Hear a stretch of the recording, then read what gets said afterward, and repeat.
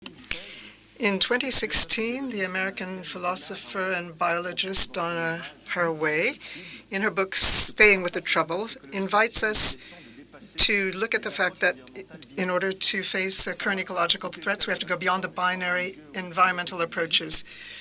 Namely either on the one hand those of all faith in religious hope or trust in technological progress, or those filled with catastrophism. We should refuse fatalism and learn to be affected by the interwoven malaises and hesitations that terrestrial situations impose. She enters a new era, the Cthulhucene, a new paradigm, a new metaphor, a world of compost, highly fertilizing, where humus and life abound, where all kinds of beings come together, including humans and their companions in existence, a world of alliance. Good morning, everyone.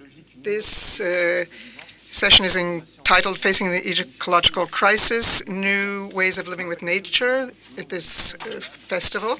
My name is Dariouch Ghavami. I'm a member of Shanjulab, a theatrical research laboratory on the animal presence based in Chimel, not far from here. And we're going to move now into the troubled waters of the Cthulhucene. Olivier Remaud, hello. You're a philosopher, a director of studies at the School of Advanced Studies in Social Sciences in Paris. Your latest publications, Think Like an Iceberg in 2020 and When the Mountains Dance, Quand les montagnes dansent in 2023.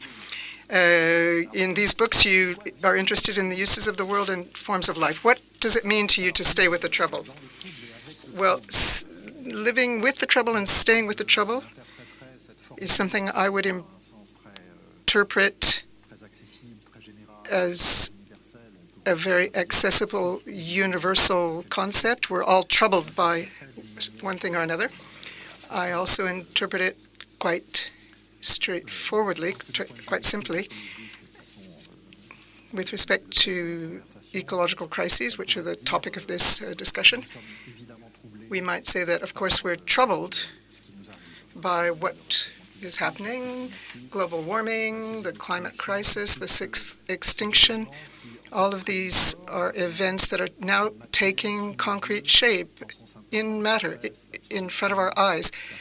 Droughts, lack of rain, the melting of the ice caps and the glaciers. We'll talk about this later.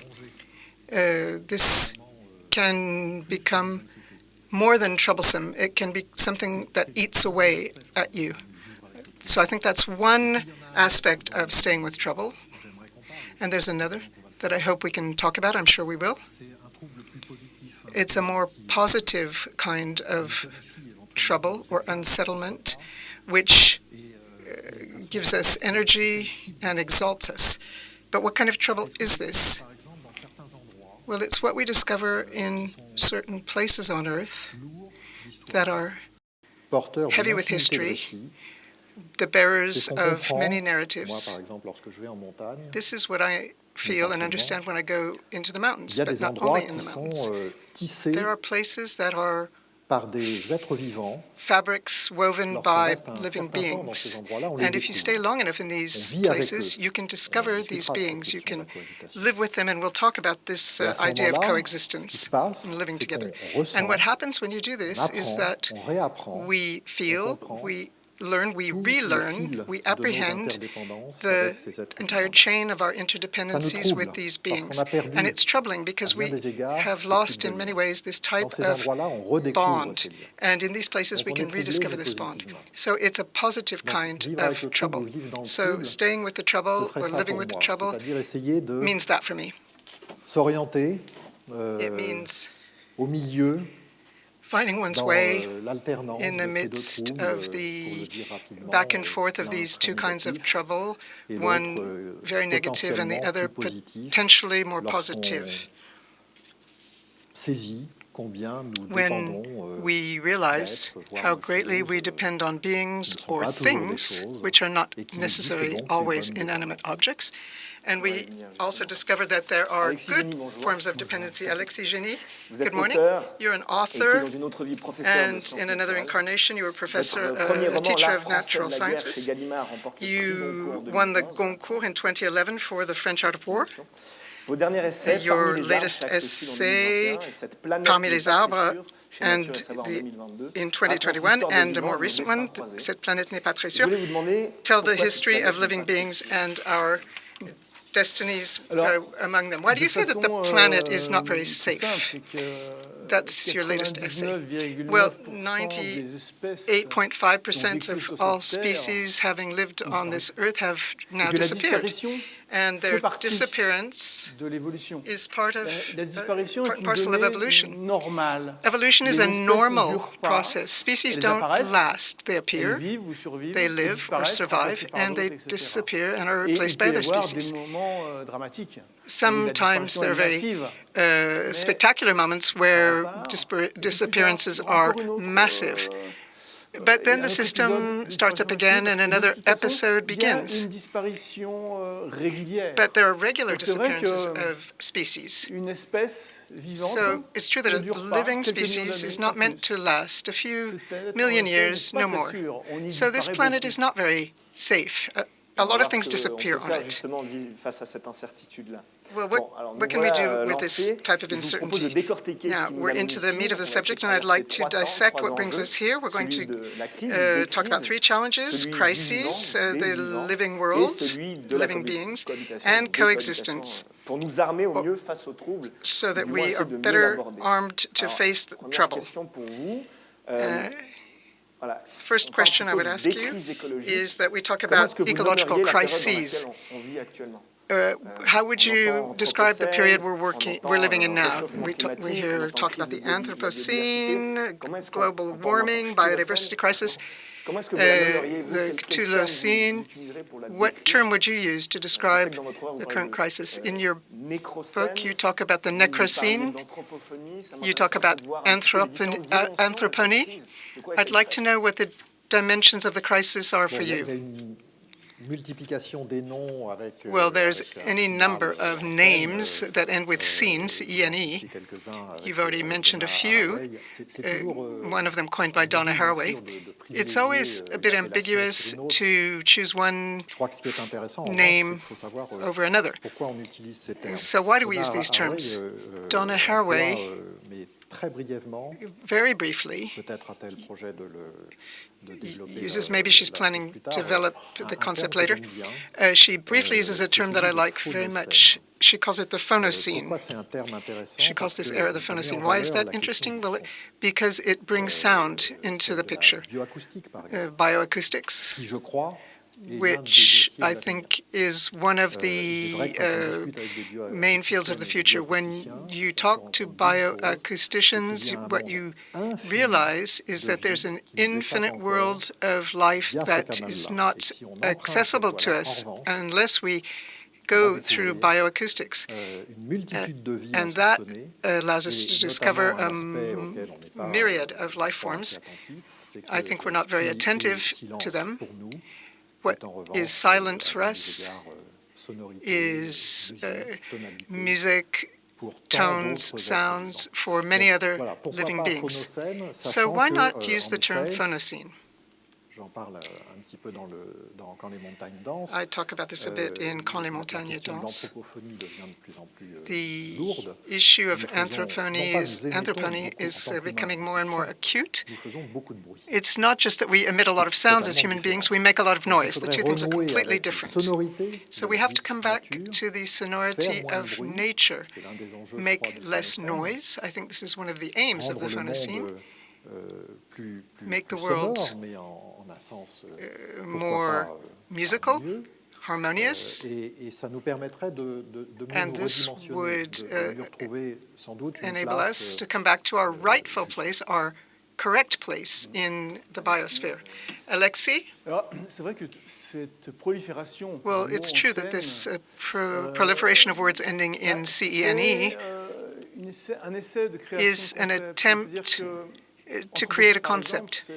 Anthropocene, the most well-known, I mentioned it in my book, but I also say that it's a vague concept. It's not very serious in terms of geological criteria. We don't know when it started. The markers are not clear. However, it's a very useful way of explaining that human activity has had an effect on the planet. And it's important to know that and to think about it. So which term should we choose? Well, just for you, just for Bibliotopia, I'm going to invent a new one. This is the Étroitocène, the narrow scene. We are becoming too big for our ecosystem. We're bursting out. This is an impression I had when I discovered a German study that showed that over 25 years, 75% of flying insects had disappeared in Western Europe. It was frightened. You know, I studied the natural sciences. I studied insects with some terror because insects are a bit frightening, or they can be. But I studied them very seriously, and I got the impression that insects were indestructible. They were the beings that resisted the best of all others. But the study took that notion away from me. They're disappearing. I must have had a fantasy that they were indestructible. No, I said to myself, this can't be. We're arriving at the limits of our ecosystem. We're pushing it to its limits. It's as if the world, which I, for a long time, believed that there was room for everyone, that the resources were inexhaustible. No, even room is becoming scarce. And we're touching elbows like you do in a room that's too small. We're at the very limit of what the planet can withstand. Humankind needs to know that the world is limited and that we can't do whatever we want. I think this awareness is useful. You know, I grew up in the 60s and 70s. This was not at all the mindset. Everything was inexhaustible. Everything was infinite, and we know that's not true now. We thought we might go and look elsewhere for life. No, we can't do that. We're in a narrow world, and like when you live in small rooms, everything has to be tidy if you want to live comfortably. What do you think about this narrowness of the world? Yes, I completely agree with this feeling of narrowness.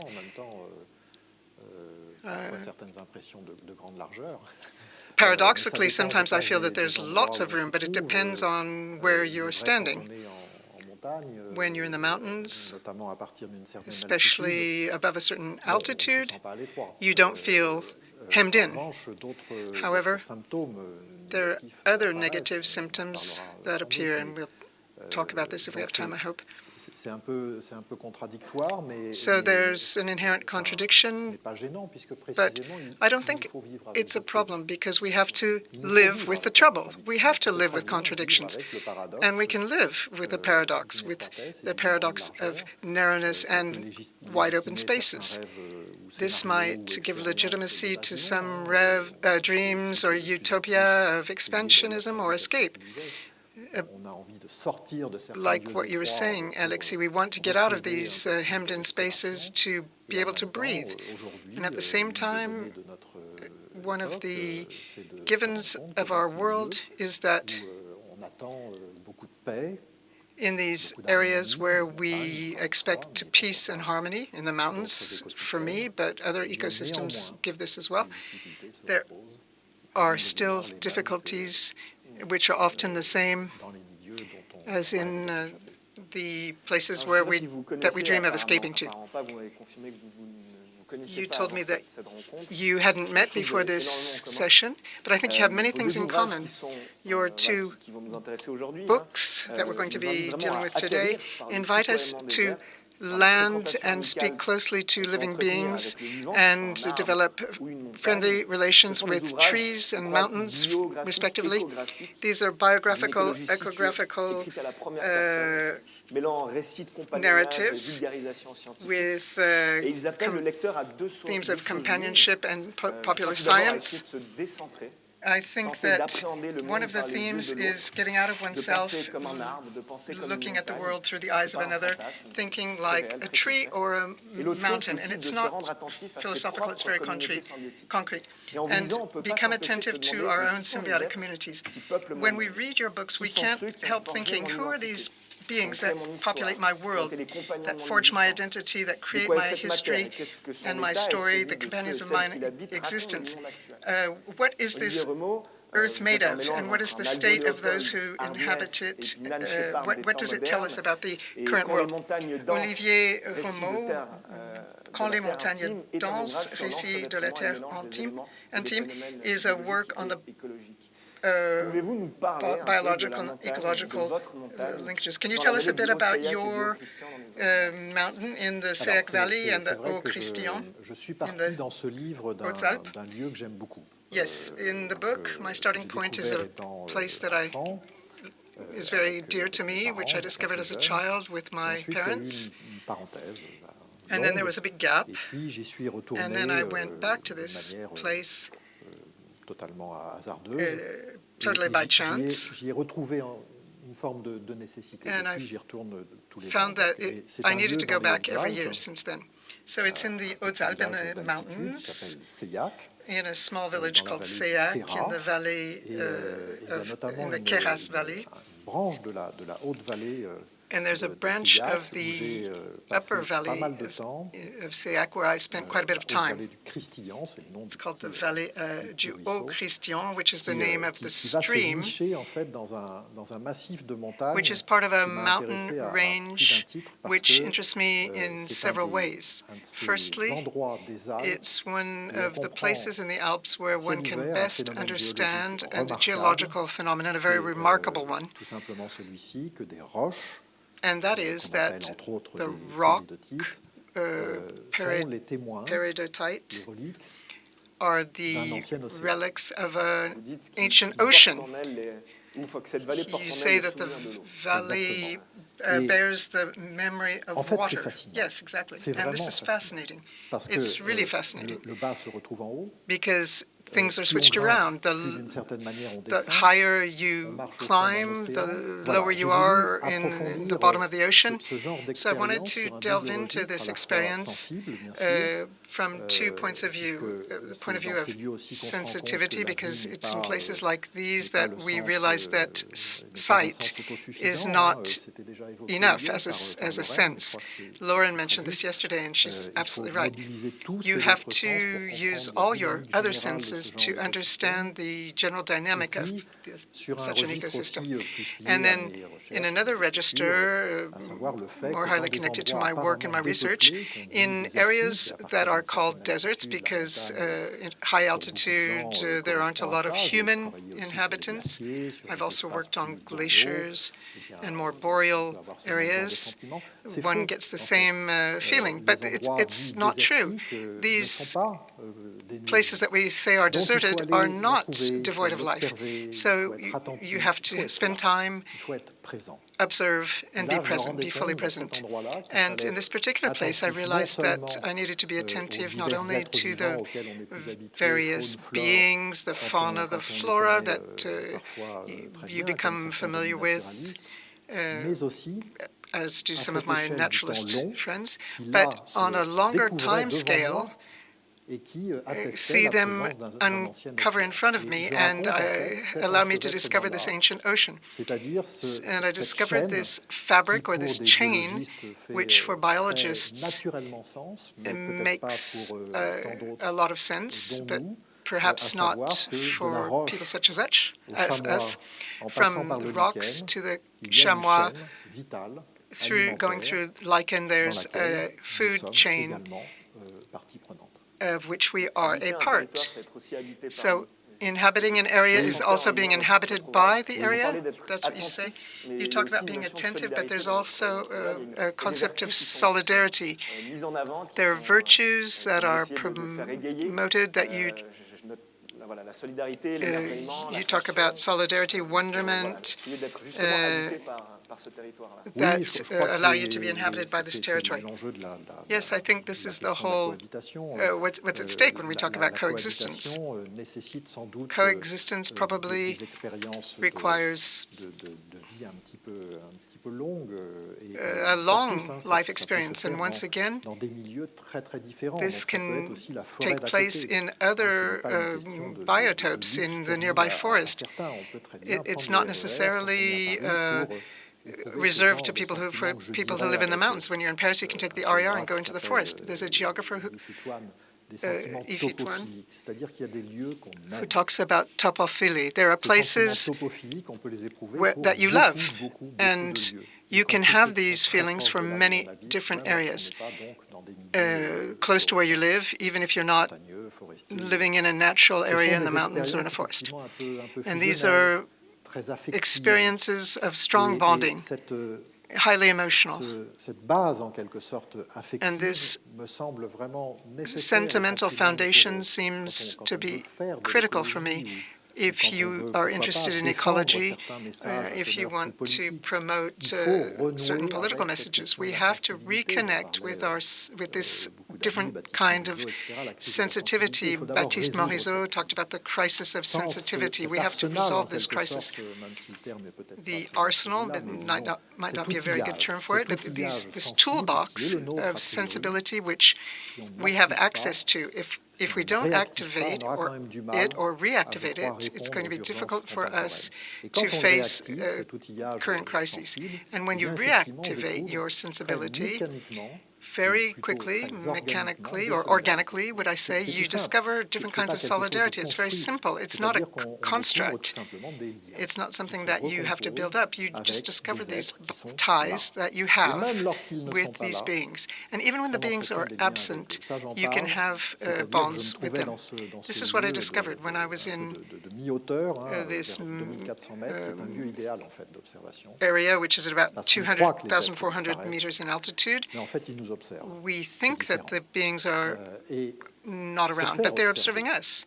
Being observed is a form of social interaction. We'll come back to that. There's a fundamental point here, which is this crisis, this relationship crisis, a crisis of sensitivity, which goes to the root of certain activities, or the attention or the detachment that we show towards the natural world. Alexis, you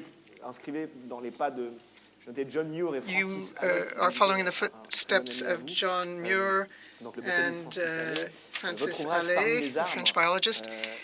In your book, Parmi les arbres, essais de vie commune, is a hymn to trees and what they can tell us if we ask the right questions. You think that we should look at the world through a phytocentric lens. What questions do we need to ask these trees? Well, I still haven't figured that out. With respect to the trouble that we started the session off with, the trouble in terms of not knowing exactly where we are or being unsettled, I would say specifically that it has to do with the emotion that trees give me. It's not even the trees in general, but a tree in particular sometimes. I do a lot of walking, sometimes I bike, and when I'm in the countryside, especially in agricultural settings where a few trees have been left for the cows to shelter under, and the trees have become very majestic, I slam on the brakes and I stop and throw my bike in the ditch because there's a tree there that has caught my attention in a very vivid way. And there's a very strong emotion. I want to look at it. I want to do something take a picture. I have hundreds of photos of trees that are of no use, but I have them. I'd like to draw them. My drawing skills are not wonderful, so it's not great. But I have to do something because I don't understand the emotion. I understand the emotion that people evoke. I wouldn't say I can control them, but I don't control anything, but I understand. But with trees, I don't understand why a being so different from me can give me such a human emotion. The love of trees is not sufficient to explain it. So this is where the book came from. For years, I thought, well, I need to write a book about trees, but I didn't know how to start. I'm a novelist, with adventures, with characters. It didn't really work for a book on trees, and I'm against anthropomorphism, treating trees as an extension of ourselves. So I wrote the book. I began to work on it when I realized that I had to talk about meeting trees, not trees necessarily or the forest, but meetings with a tree. What happens where I'm standing in awe in front of a tree? What can I do about this? I want to do something I don't know what, so I'll write a book. That's the way I try to understand things, by writing. So the book wonders about these meetings, using the scientific knowledge that I acquired. I studied all of these sciences, I taught them. It's difficult to mix these two things, science and literature. For a long time, science and literature were on two parallel tracks. And this book is the coming together of the two. The literary language, which I think is present in the book, envelops these ideas of popular science as I try to understand why these trees affect me so greatly. With respect to Olivier's book, before we met, I'd heard about his book. The book Think Like an Iceberg, and I thought, yeah, that's taking it a bit far. Everybody knows that an iceberg doesn't think. It melts, but it doesn't think. And then I thought, well, silly me for not having read it earlier. Because what I was trying to do with trees, with non-human beings, he took it even one step further. He did it with the non-living. He tells about the complex interactions that you can have with an object. It could be an iceberg, could be a mountain. And I talk about the network of complex relationships that you can have with a tree. It's easier because a tree is alive. So it's easier to have empathy, even though it's a very different life form. Different type of life, a silent, slow-moving type of life form. But when you said we need to do something about the crisis of sensitivity, I agree with you completely. What I realized when I was studying the sciences is that when you're studying science for scientific reasons, it's a bit limited and a bit boring. Or maybe you should become a technician or try to discover things, but it doesn't take you very far. If you're studying the sciences to become more sensitive, to try to apprehend something, for aesthetic reasons, in the broadest meaning of the term, that is what moves science forward. I spend a lot of time with Francis Allais. He has a whole aesthetic approach. He loves beauty. It's naive and enthusiastic at the same time. And starting from that point, he creates scientific knowledge. It's a wonderful way to approach science. 30 years ago, it interested nobody. Now it's starting to come into its own. So I'm trying to do something in that vein. Mobilizing my intimate feelings, the love of trees, which is strange and which I don't understand, scientific knowledge, and literary language, which is it's a way of questioning our use of words, our use of a narrative, to make things hearable, understandable, exciting, for things to be interesting. Because if things are interesting, and if we love them, we will take care of them. If it's just for cold, hard science, it's not going to take us far. So it so happens that as a novelist, I found myself through this book in a little world, which I realized that Olivier was part of as well, for longer than me. People who share the same concerns, trying to apprehend the world through science, philosophy, literature, creating bonds, recreating bonds, trying to understand these bonds. Il y a quelque chose d'un peu du hasard, c'est-à-dire que c'est des préoccupations personnelles dans mon coin, comme d'habitude. Comme quand je faisais dans mon coin, je racontais les... This is a personal preoccupation of mine, trees. Like I was interested in the colonial period, and that's what led me to the French Art of War. So my thinking on trees is very personal, but I'm in the middle of a group of thinkers who have a lot of exciting thoughts, and that's exciting to me. I'm excited to be part of this collection and be able to talk to others who are also part of it, and we talk about things that have touched us, and some of them are shared. There's the complexity, philosophy, poetry, literature, arts, sciences, all of this is intertwined to reach other ways of living. Now let's come back to the living. Continuing with you, Alexis. Could you give us a definition of what the living is? And what troubles you, what fascinates you, what amazes you in the living realm, trees? What is singular about them? Is there something that is striking, where you say, well, that's it? That's a lot of things that I'm asking. Well, the definition of the living, that's complicated. There are many different definitions. Peut-être que le vivant, je pense que c'est dans Une planète n'est pas très sûre.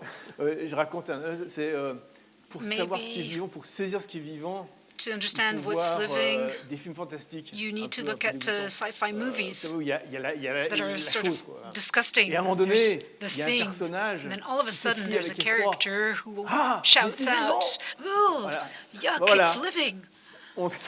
It's alive, and so you know it's alive when you've got this gut reaction. Something that's alive, that's living, moves, grows slowly, it multiplies, it reproduces, it's invasive, and it's devouring, and it affects us. A rock, a stone can be absolutely beautiful, but it's not invasive, it doesn't move, or it's on a time scale that we can't even fathom. So the living is something that is common to us, that resonates in us, that resonates with our own living aspect, with our own physical aspect, with our physiological aspect. Et c'est vrai que c'est quelque chose qui me qui attire mon intérêt vers ma préoccupation. That interests me, that preoccupies me. Moi, il se trouve que depuis un peu de temps, 2 ans, j'ai un petit jardin. Lately, for the past 2 years or so, I have my own garden. The garden has trees. It's the first time in my life I own a tree. Even though saying that you own a tree is taking it maybe a step too far, but I've got this little fig tree. It's tiny, it's as thick as my finger, about a meter high, and lost all its leaves during the drought over the summer. In September, I went to see it, still had buds.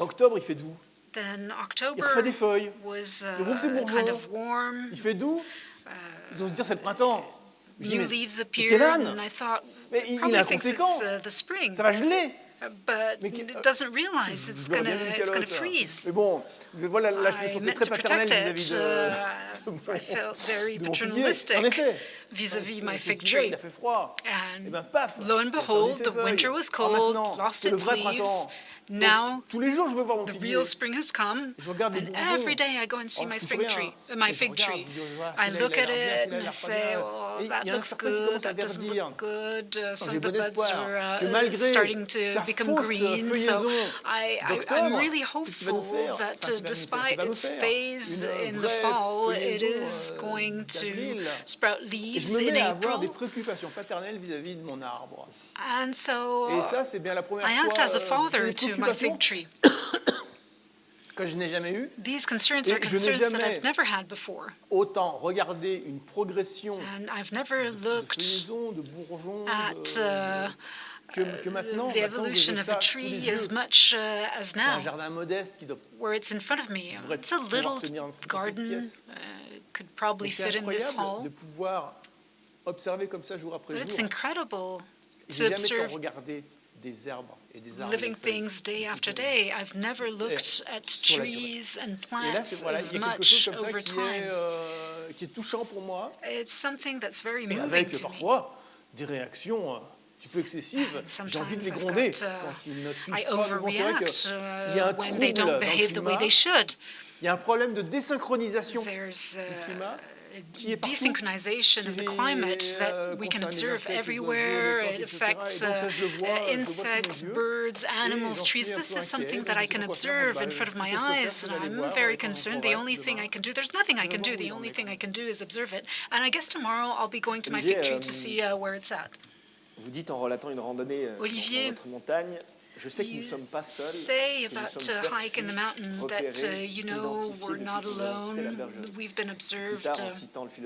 We're observed. And then you mention a Swedish philosopher, Arne, saying that the rocks are looking at us. It reminds me of Baptiste Morisot, the art of tracking and the art of being tracked.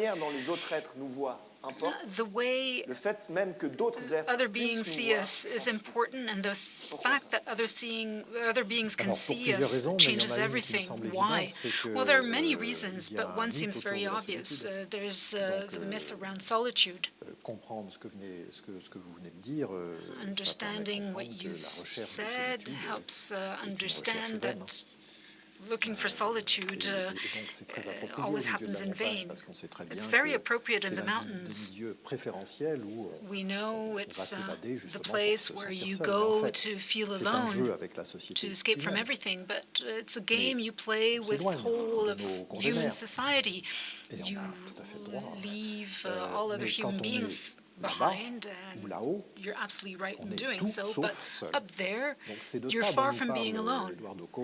And that's exactly what Eduardo Kohn and many others say. And what you discover then, and that's where it's important to have your sensory toolbox, because it helps you understand them, all these beings around you, with you, emit signs. You need to try and understand them, you need to try and grasp them. Even though you might not be able to understand them, you need to respond to them. And that's exactly what happens with tracking. Feeling observed, understanding that even when you want to be alone, when you're trying to be alone, you never are alone, because let's be frank, who ever wants to be alone does not want to be alone. When you are really alone, you're not looking for solitude. On the contrary, you're looking for something else. One of the other aspects, and coming back to the definition of the living, is that in these places, you understand that what's at stake is not the definition of the living per se, it's that of the limits of the living. And I think we should extend the boundaries of the living, blur the lines. Disons-le tout simplement académiquement fossilisé par la distinction que tu évoquais entre sciences, littérature, les fameuses deux cultures, les sciences, sciences, cultures that you mentioned. There's the hard science. What about the others? There's soft science, and therefore living.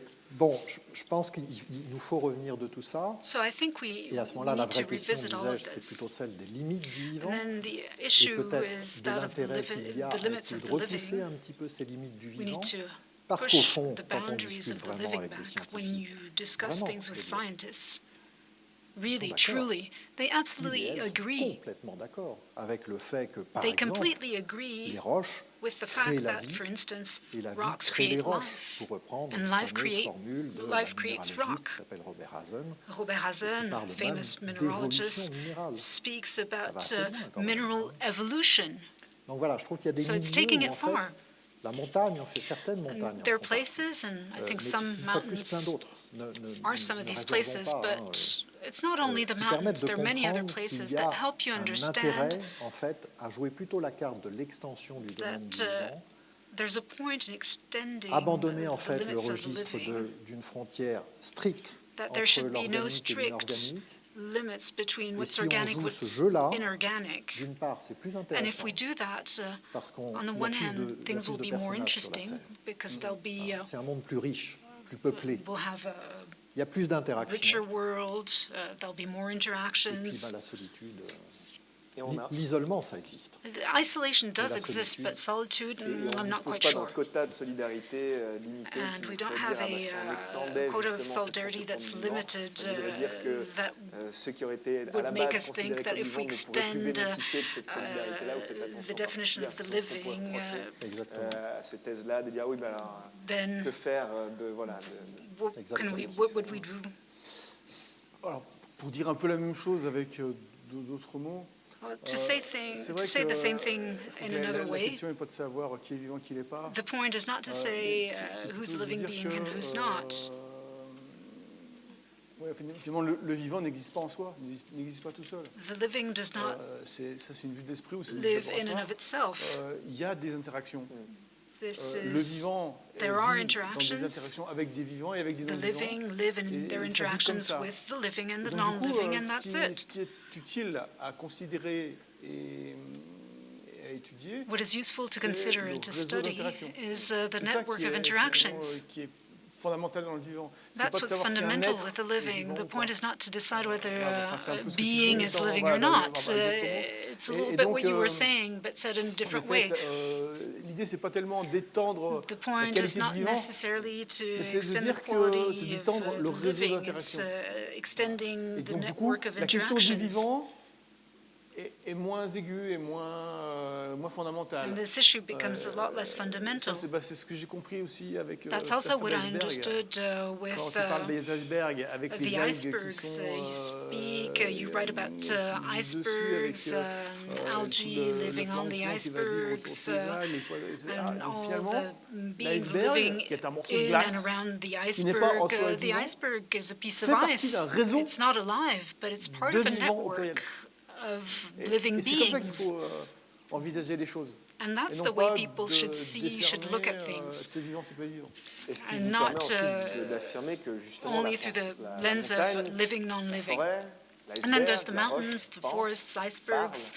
They think, they speak. pas vraiment comme nous, Not mais exactly on peut the way l'affirmer. we Qu'est-ce que do, c'est d'affirmer justement qu'un but- arbre pense? Comment est-ce que ça se...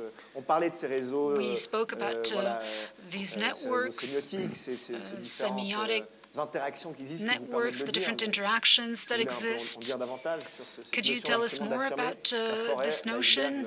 Oui, alors ça What- parle parce que c'est... What does it parce mean que to say ça- that they speak? Enfin, l'arbre Well, émet des signes, est un signe. La forêt Trees emit est un réseau signs. de They are signes. signs Qu'il in and of faut, themselves. le pistage est une façon Tracking de décrypter is a way of ce réseau de signes. decoding C'est ce que fait the Morisot avec network les of loups. signs. That's what Il Morisot does with raconte la vie du loup, wolves. l'histoire du loup, It grâce tells you about the à life and l'examen des the traces, history of des wolves signes. On through peut faire la their même chose avec signs, les their arbres. traces. You can do the same thing with trees. Allez raconte des tas de choses. Allez à partir says de all sorts of traces things on the que basis of laissent les arbres. Et traces les arbres, left by trees. leurs traces, ben, c'est leur corps, c'est The leur, traces of trees are their leur own masse, body. qui finalement, It's alors, their je own dis à un moment mass. donné, oui, que l'arbre a un visage. I say at one point that trees have a face. Comme ça, dit comme ça n'a pas de sens. It makes no sense. L'arbre a un aspect the way I say individuel. it, but trees have an individual aspect. You can recognize human beings through their faces. What is their face? Well, their face is their genes, but it also reflects their lives. It's what they did all their lives, and it's unique. You recognize someone by his or her face. The same thing happens with a tree. A tree is made of genes and is made of experience, interactions, its life, and you can recognize a tree. You can try drawing a tree. But it's just like with a face, it's really hard to draw a tree. I tried very often, but it's very hard to draw a tree. I tried very much, very often, and I've often failed because it's really hard to grasp what's special about a tree. A being is very special in the middle of a network of interactions. It's singular, and that's what's fascinating, and that's why we should study them. On this particular issue, what I would say is the following. I don't think we live in a world of metaphors. We live in a world of relationships. It's something that's quite easy to grasp. Du romantisme, pour le dire peut-être un peu caricaturalement, l'iceberg, c'est la métaphore romanticism, whereas the iceberg is a metaphor for our condition as living beings. That's the way painting represented it. It's the image of solitude. It's our fate. Il va fondre, il va disparaître. We'll end up just like the iceberg. It's going to melt, it's going to die. Il est urgent de ne pas penser qu'il y a des métaphores partout. I think we shouldn't think there are metaphors everywhere, but there are signs. Des indices qui sont émis ou des signes qui sont émis, des indices qui sont laissés par d'autres êtres. Traces left by other beings that create phenomena. Dans lesquels nous sommes de toute façon, qu'on le veuille ou pas, which we are part and parcel of, whether we want it or not. Autant s'y impliquer. So we might as well engage with them in a significant way. Not in an excessive way, in a significant way. Et à ce moment-là, je pense que we need to take part in all of this. On découvre quelque chose une fois de plus d'extrêmement intéressant. We discover something that's very interesting once again. Ensemble de liens, we're part of a network of relationships, of interactions that hold together, like Isabelle Stenger said. The death of a tree is an event, it's not a metaphor. Same thing with the disappearance of an iceberg or a landslide in a mountain. All these phenomena are part of networks that held together. And once being of this network disappears, well, the network itself collapses. It's this entire world that disappears. But the death of an iceberg, and that's exactly how glaciologists depict it and describe it. They melt and they become dead ice. Des glaciologues de profession. Donc, c'est pareil, on peut se dire, bon, c'est de la poésie, c'est de l'anthropomorphisme, la glace. Poetic, it's anthropomorphic to say that ice is dead. No, it means something. It's not just inert matter, lifeless matter. If it's dead, this implies that it was alive. The iceberg, before it died, and that's even for glaciologists. I worked a lot on this issue. The iceberg was something that was alive. And if you look at things from an anthropological point of view, for a lot of people on the Earth, people who live next to glaciers, who live in mountains, who live in the Andes, in Greenland, in the Alps, maybe even here, all these natural entities, such as mountains and icebergs, mean a lot more than simple lifeless matter, because all of this holds together. Once you understand this, you understand that a mountain is not a metaphor, an iceberg is not a metaphor. There are potential relationships, relationships that exist, that have existed, that are disappearing. And what's quite significant at this stage is that we have the opportunity the chance of understanding this at the time when they're unfortunately disappearing. So trouble against trouble. How to stay with this trouble. Alexis, well, at one point you said you need to be involved in this network of relationships, of interactions. You need to engage, yes? You need to be involved, because if you're not involved, not being involved is dangerous. First of all, because you wouldn't understand anything, that's not too serious. But you would also be carried away by the tragedy without even understanding it. So if you're not engaged in this network of interactions and relationships, that was the attitude of humankind during the Industrial Revolution. There's humankind on the one hand, and then there's the rest. But that's not the way things are.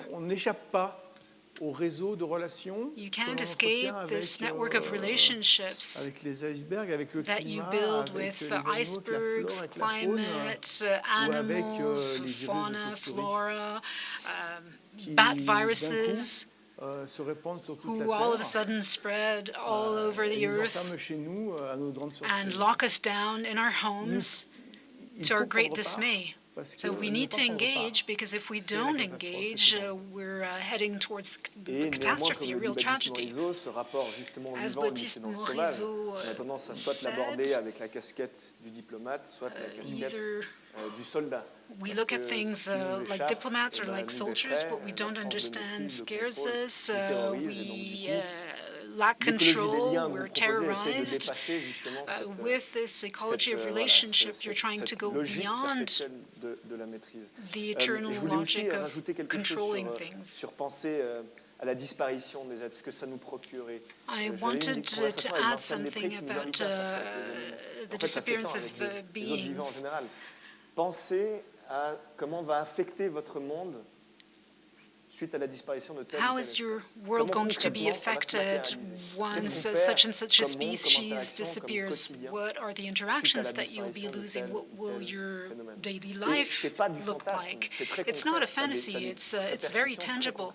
It's got very tangible consequences. It's really interesting to think about this. It's not a matter of definition, of resemblance, of differences, but it's what will our world look like without them. Unfortunately, this question is key. How do you live with loss, with ecological loss? We're living in this period. There's this whole field of study that is evolving. Multi-specific studies who think about the ecology of these relationships. Humans, non-humans, we're all specific beings. We're at the crossroads of relationships between different species. In the book, the mountain is a multi-specific being of some sort. The ice shelf works like a canopy. There are all sorts of layers of algae called diatoms. They're very specific to the ocean. And when the ice shelf retracts because of climate change, it's not just affecting the ice shelf. There are all these layers of algae disappearing, and they contribute to the generation of 35% of all our oxygen. So with less ice, we've got less oxygen to breathe in. It's not necessarily something that we realize. But the oxygen is becoming scarcer. All this loss, all these different types of losses are adding to each other. We can respond to these losses in different ways. qui est celle du prendre part qu'on évoquait avec Alexis, mais qui n'est pas celle de l'empreinte trop profonde qu'on laisse. Le problème de l'anthropocène, c'est-à-dire qu'on est trop présent, on est trop lourd en tant qu'humain, mais qui est celle en fait de la participation, de la connivence, de la cohabitation. Et à ce moment-là, je pense que ça invite aussi parfois à se retirer. Je travaille beaucoup en ce moment sur le recul du trait de côte. C'est ce que j'appelle la mauvaise rencontre entre l'eau douce et l'eau salée. Le fait que le niveau de la mer monte, des océans montent, et pénètre dans l'intérieur des terres. Rising and the regression of coastlines. Un gros dossier très très bien documenté sur ce problème-là en Louisiane. This issue has been very well documented in Louisiana for a certain time now, and we realize all sorts of things. We've dried out the swamps in Louisiana, drained the swamps in Louisiana to build huge, lavish residences, and what we realize is that because of the sea level rising, for all the reasons we know, we have to relocate. In some areas of Louisiana, and it's very interesting for human society, for its ability to deliberate. They've accepted to relocate inland. They've accepted to abandon their luxurious residences on the coastline so that the swamps recreate life of themselves, so that they become swamps again, i.e. full-fledged ecosystems. So we're doing the exact contrary that we did previously. We're going back in time, where as humans we're withdrawing so that non-humans can proliferate and multiply. And I'm sure there are places in the world where we have to accept to withdraw, to leave enough room to others who were there before us anyway. And that's also engaging. You can engage by withdrawing. And that way you can anticipate loss, and you can respond to loss. I've got one last question before returning to the floor. We spoke about coexistence and the regression of coastline. There's the issue of being neighbors rather than coexistence. We're all neighbors, and so we need to keep the right distance, not too close, not too far. We need to be polite in our interactions, in our relationships. We need to find the right distance. Alexis, you spoke about being arboreal, living within. Olivier, you spoke about the Sayac Valley, about the village square, public space. How do you coexist with the living when it is wild, extremely wild, when it is impossible to control, when it is invasive, when wolves, a pack of wolves kill cattle? What about coexistence under these circumstances? What can we do? It's a complicated question. Well, it's a question that goes back to regression or withdrawal. The living world can do without us. They've done without us for many, many years. It can self-regulate, despite the fact that there are recurrent extinctions, but it's self-regulating. Nos activités massives sèment le trouble Our massive activities Par exemple, are disruptive si on parle for this self-regulation. If you look at megafauna, même si le mot predators, est là aussi parfois problématique. Mais si on parle des loups et des ours, par exemple, une grosse discussion if you look at wolves, if you look at bears, en France, donc, in Europe and in France, en Suisse, and also in Switzerland, that's what I've heard here. There's a lot of talk about reintroducing wolves and bears because of cattle breeding. Bears and wolves tend to là, kill on a cows, du vivant goats. qui est un peu dévastateur, qui est So pas you've got que faire avec ça? La solution la plus simple, c'est l'éradication. Living beings. C'est ce qu'on a fait. What are the solutions? Well, one of the solutions, and that's what we did for a long time, is to eradicate these predators. The other solution is coexistence. Cattle breeders are against this solution. Now, there are areas where it works quite well in Spain, in Italy. There are areas where these predators have never disappeared, and things are going quite well. Le grand méchant loup, il cherche pas les ennuis. The big bad wolf isn't looking for trouble anyway. La consommation de viande ovine, par exemple, des moutons, ça lui attire des ennuis, mais il ne le fera pas. Pareil pour les ours. C'est-à-dire qu'il y a de la dissuasion. Et de toute façon, des écosystèmes naturels qui s'autorégulent ne peuvent pas s'autoréguler sans la présence de in the absence of these animals. Carnivores qui régulent les pullulations d'herbivores. Donc, il y a nécessité de réguler la présence humaine. So we need to de réfléchir regulate the presence of humans. Comment cette présence humaine elle se think manifeste. About how comment the socialement presence of humankind manifests itself. Pour que finalement les how it is mécanismes tout socially à fait regulated naturels so that d'autorégulation natural puissent se mettre en place, mechanisms puissent exister et puissent jouer leur rôle. Mais c'est thrive and play their extrêmement role. compliqué.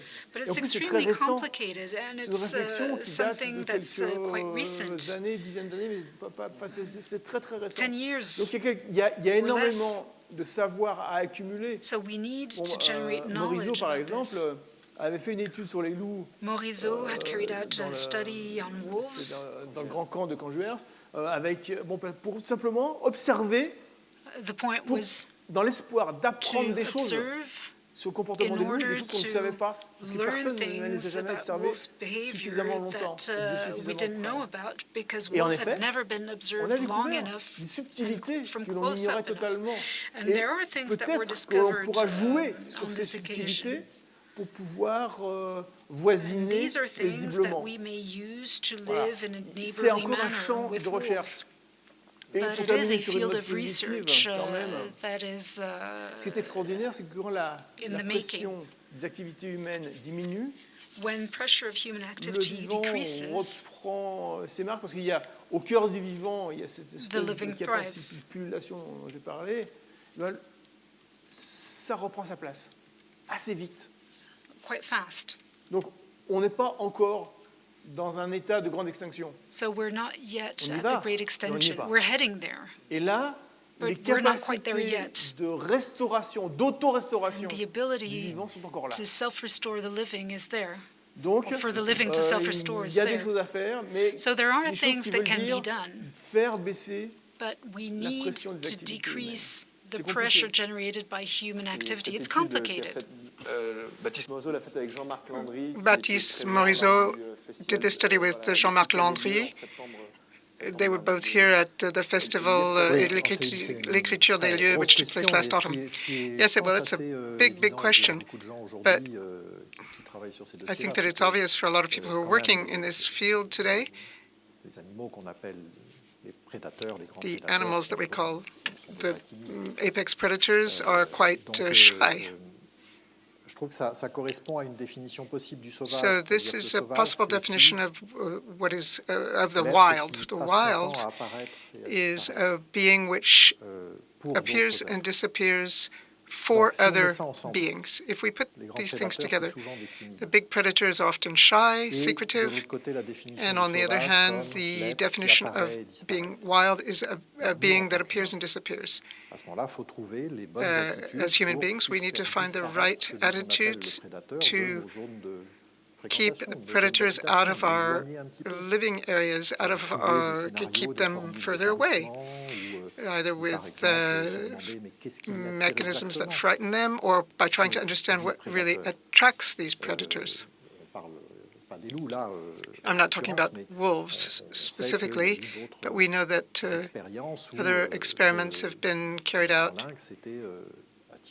The lynx for example, is attracted by our rubbish bins. And the polar bears come into villages in the Arctic for the same reason. They're looking for food. And rubbish bins or tips are full of food, are a great source of food. So let's think about the way we handle our rubbish and our waste before saying, oh, these predators are attacking us and they're going to devour us.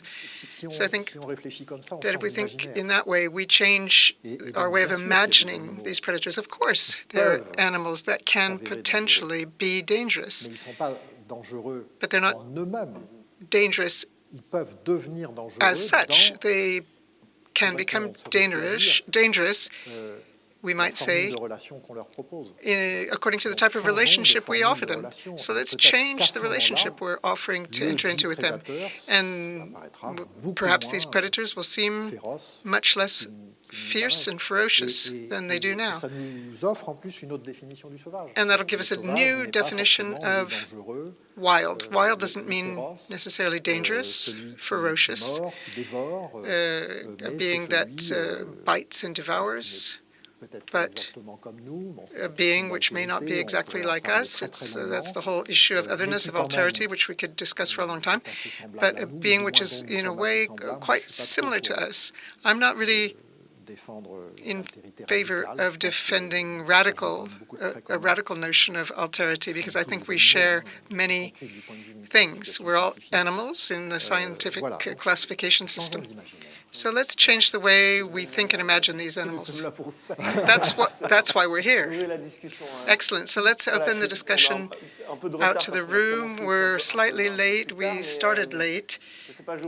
I don't know. Let me ask if anyone in the audience would like to ask a question. We have one question right there, and then the lady here. Thank you. First of all, thank you for this really compelling discussion. I'd like to come back to what you said at the end, Olivier, changing our imagination. Our imagination is based on a Judeo-Christian image of the world, dominion over animals and plants. I think maybe what we need is greater humility.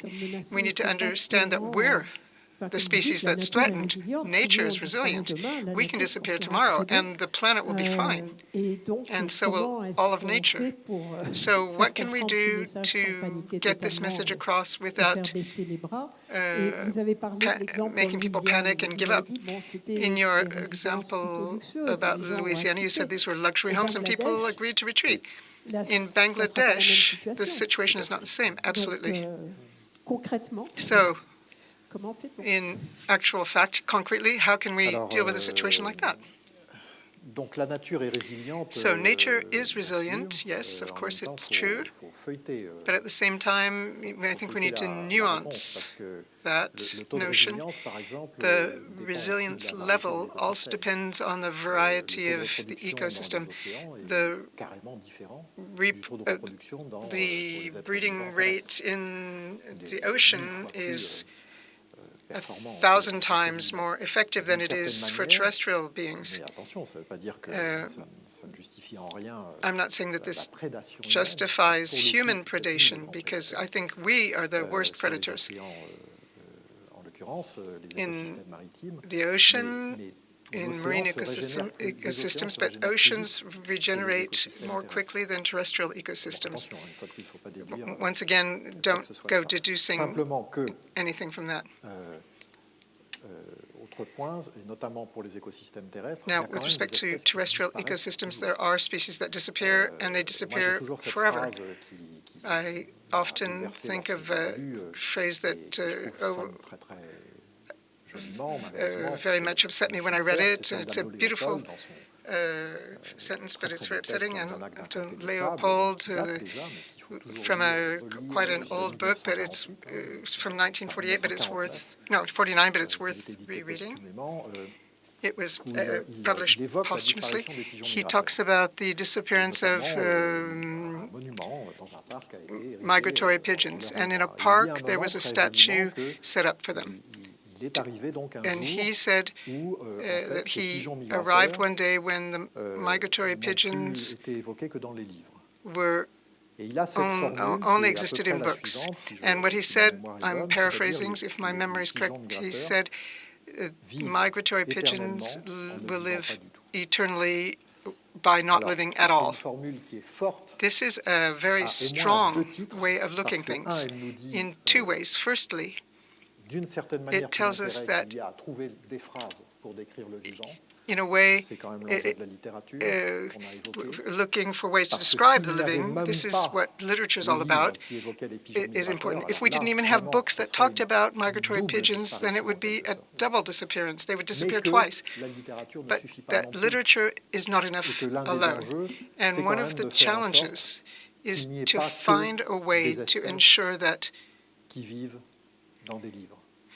species are only alive through books, that we can continue to live with them.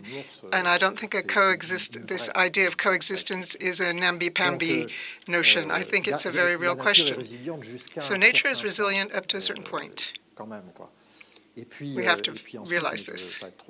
And I don't want to take up too much time, but the next question is, what can we do? It's a huge question. And the retreat of human beings that we were talking about is not the answer to everything.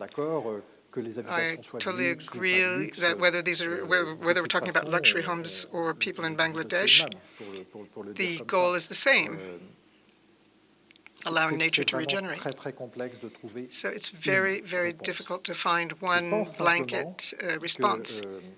What I will say is that there's an approach which is shared by an increasing number of people, and that's a very good thing. It's a very simple and accessible approach, easy to understand. It was mentioned here, and it is that we need to, at the very least, be aware of our footprint, the fact that we're leaving traces, and attempt, insofar as possible, to ensure that these marks that we leave are not too deep. It's one response. I know it's a poetic one, perhaps it's not easily implementable, but it's already a good thing. We don't want to weigh too heavily on the planet. It's advocating for lightness, and I defend this idea in the book. It comes from mountaineering. In a way, we don't want to be heavy on the rest of the people on the end of the rope. So we need to be lighter. Who are we talking about when we say we? Olivier, do you have, or Alexis, do you have something to add? No?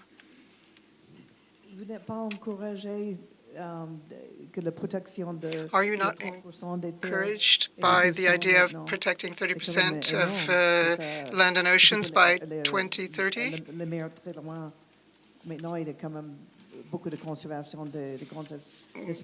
Conservation is now affecting many and larger species. Increasingly, we're talking about moving to 30% of all areas. It's an agreement that is being worked on. Oh, you're talking about new protected areas. Yes, exactly. Well, very quickly. There's a contradiction which really strikes me quite regularly, and it's at the heart of all conservation or protection policies. We have to support conservation, but you can't say that protecting an area is enough. Let me give you a simple example, which is the example of glaciers. Today, and if we agree that a glacier is not just a glacier, as we said earlier, well, in most mountain-protected areas, glaciers are melting. So if we remember what we said, in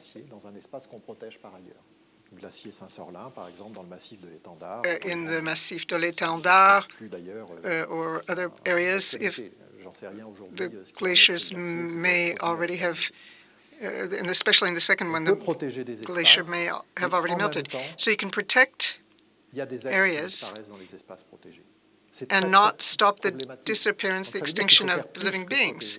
So we need to do more than protect the area. We have to coexist in these areas with them. It goes back to the idea of maintaining the correct distance. What you're talking about is rewilding. I don't think we should delude ourselves. The way I see rewilding is that it's a temporary measure. It's not, we'll never get back to the romantic area idea of the wilderness that made John Muir set up the national parks in the U.S. We know that a lot of indigenous people were either displaced or massacred. It led to the massacre of the bison, and a lot of people were expropriated to create new wilderness areas.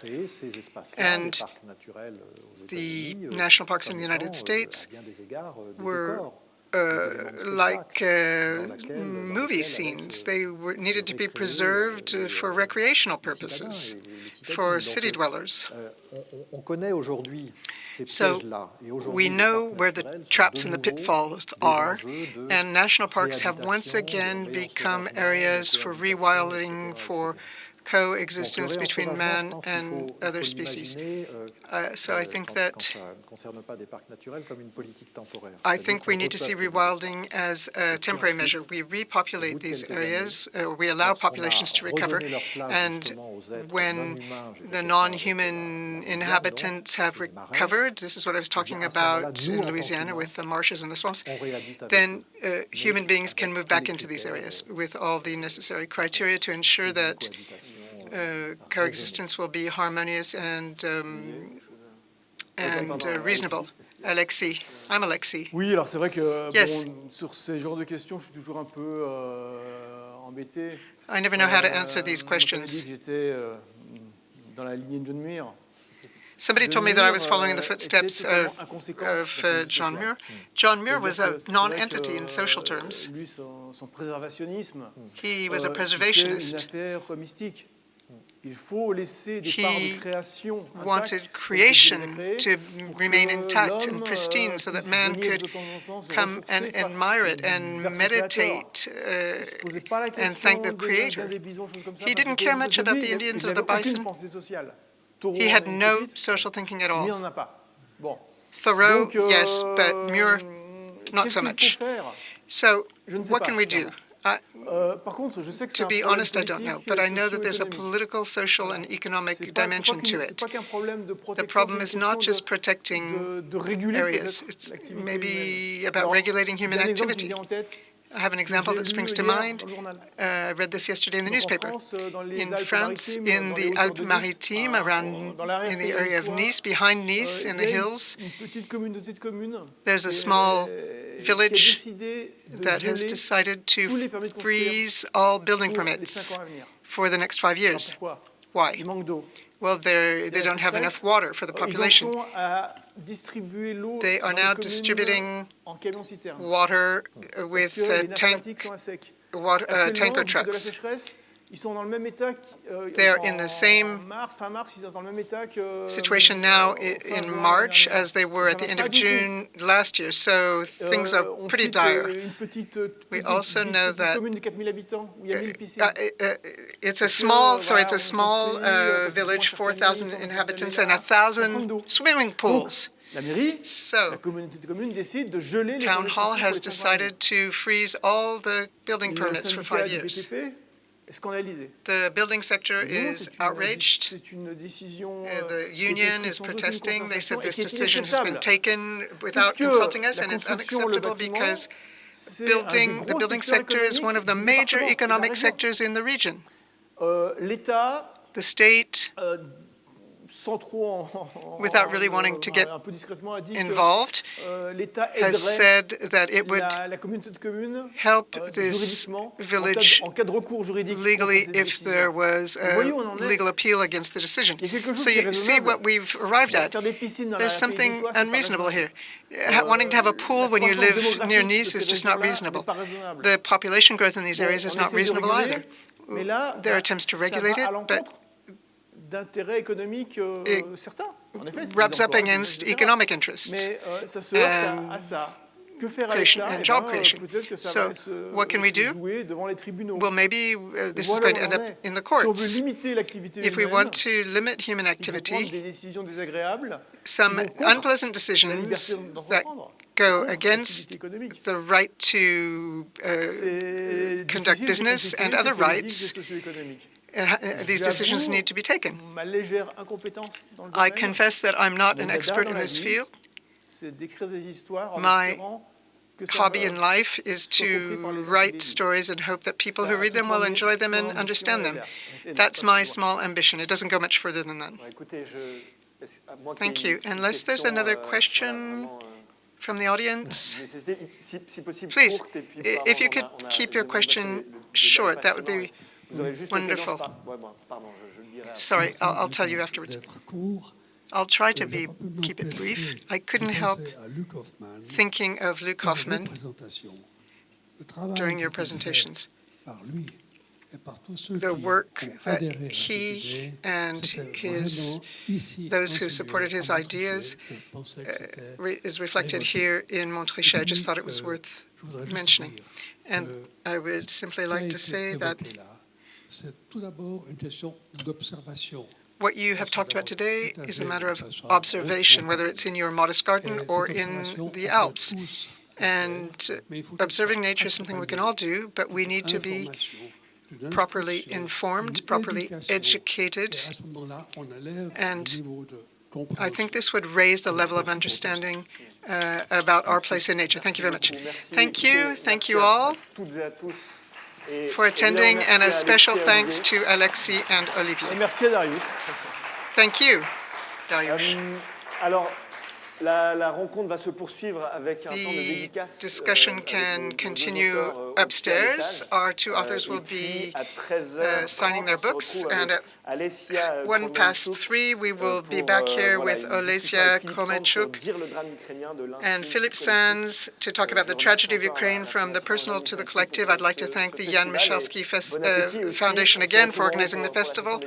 Have a good lunch, and see you upstairs if you'd like to have a signed copy of one of the books.